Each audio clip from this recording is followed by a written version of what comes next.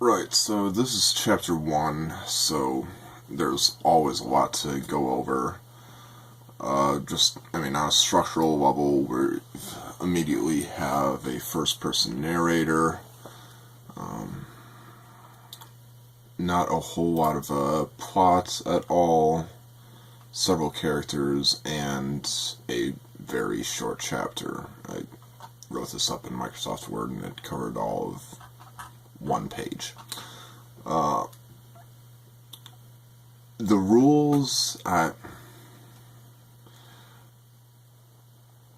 weird thing in writing, you look at a book and you see it as a solid thing, but honestly, this thing was made so very piecemeal, the process was. I would have ideas here, there, and the other place, and when I first started this, I thought, honestly, I don't even know what I was thinking with the rules.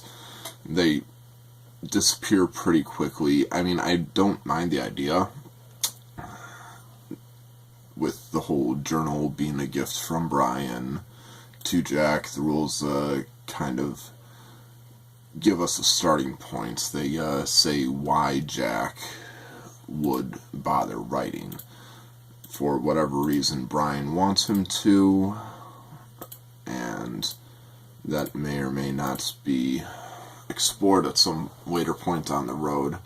But for the meantime, it's just a short guideline to make Jack a reasonably competent writer, despite the fact that he has no particular interest or passion in writing itself.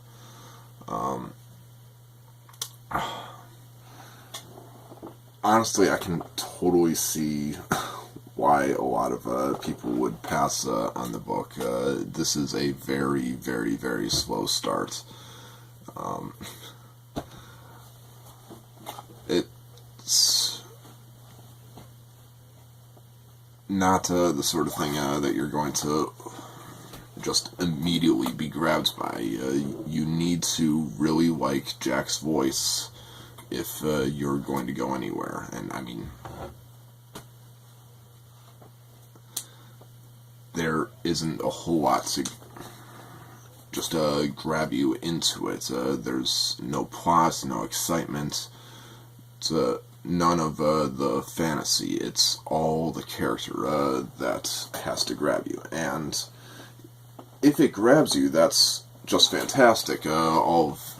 Because it'll make all of the fantasticness to come all the more meaningful. But it's a bit of a bold maneuver, which is my way of saying incredibly stupid. Nevertheless, I really want to keep with it. Just from a structural point, I mean, it is only the one page long in a paperback or hardcover rather than MS Word. It would probably end up being like 2 pages, and I think that I can get most readers to stick with me that long based just on the voice.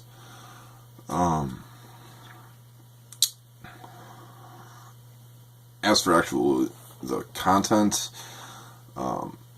we've introduced Brian and Colette in very much a tell don't show manner, which is fairly not. I'm going to be harsh on my book because I'm a very harsh critic of everybody else's work. I'm going to be way harsher on my own. But I don't know. If I was looking at this, I mean, why is this chapter even here? I mean, everything else we could just pick up in passing, really. Should I just cut this and skip straight to chapter 2? when stuff starts happening, I don't know.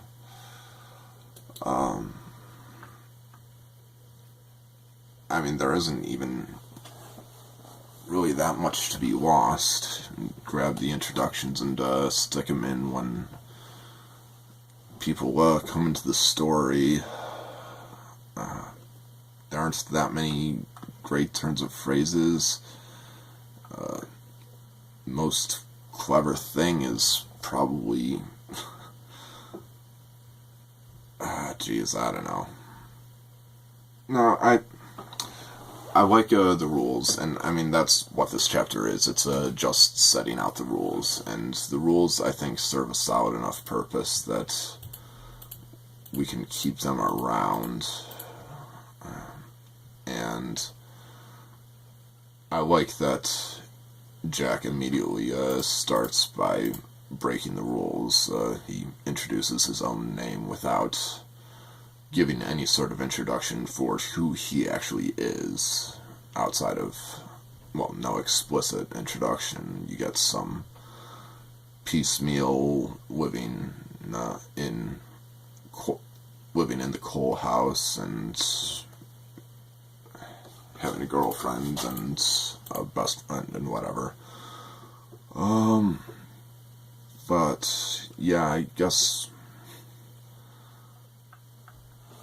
this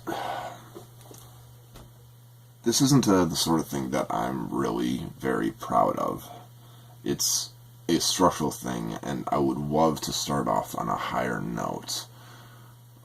But I also think that it's also very relaxed, very chill, and it serves that point. I mean, nobody's going to come in and say... I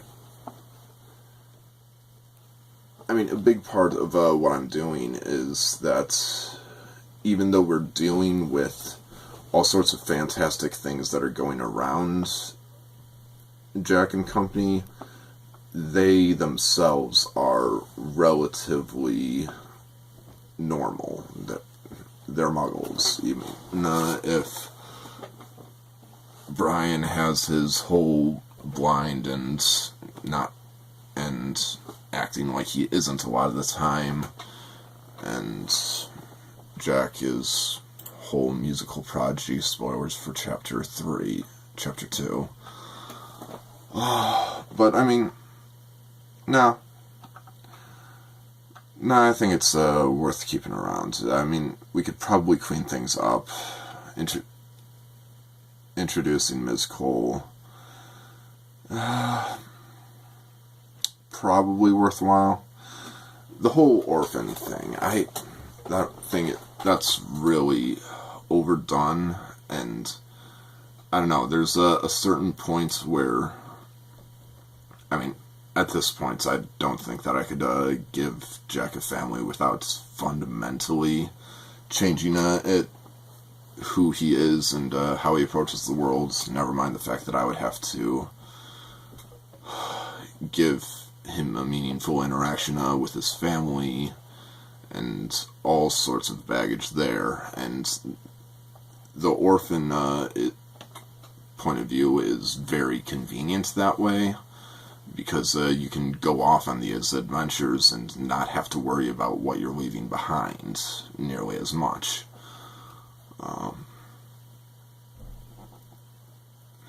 So yeah, I guess that's probably enough for chapter 4 analysis. I'm gonna have loads to talk on pretty much all of these, but yeah, we'll start it with that, and I imagine that I'll be doing the foreword next time.